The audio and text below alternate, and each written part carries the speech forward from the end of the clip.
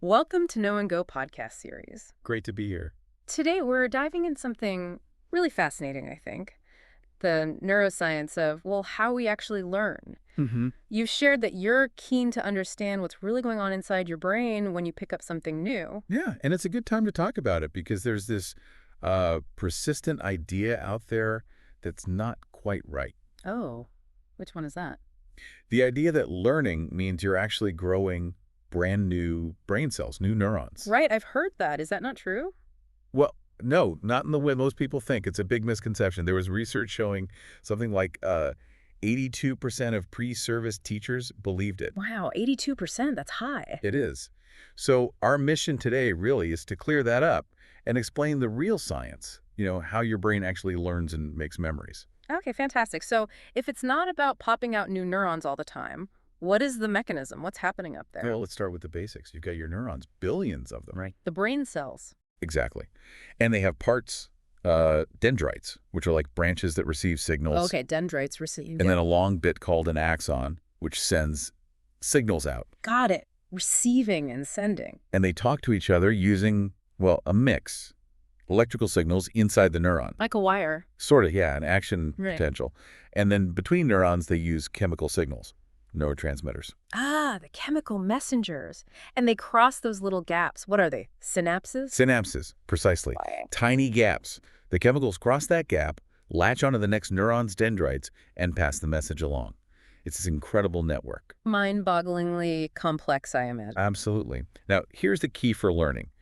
It's not about making more neurons pop up, but about creating new connections or strengthening the connections you already have between neurons. Ah, okay, so it's the links that matter. Exactly. Building better, faster pathways in that network. That's learning. Okay, that clarifies things. It's optimizing the connections, not adding totally new parts. You mentioned an analogy, something about learning piano. How does that fit? Right, the piano analogy. So when you first start, it's hard. Your fingers are clumsy.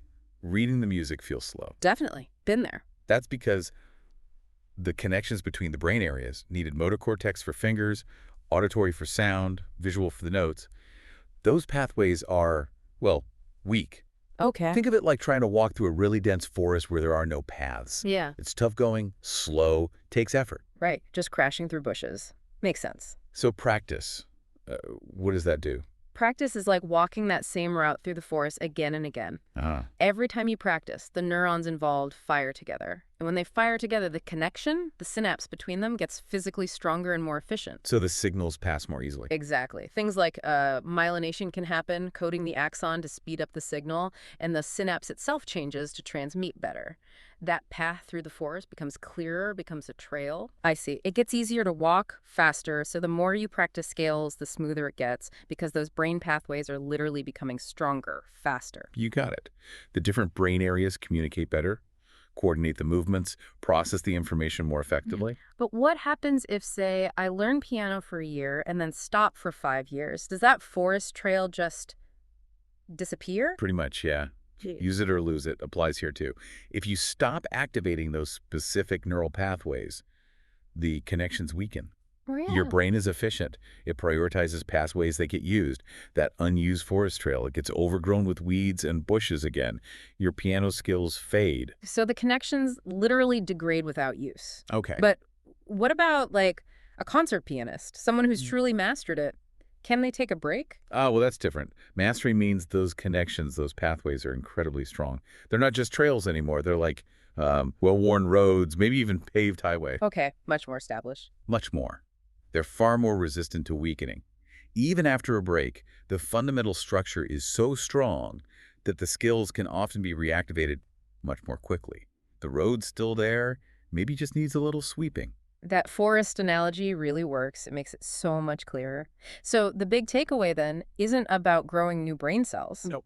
It's all about building, strengthening, and maybe sometimes losing these connections between the neurons we already have. That's the core of it.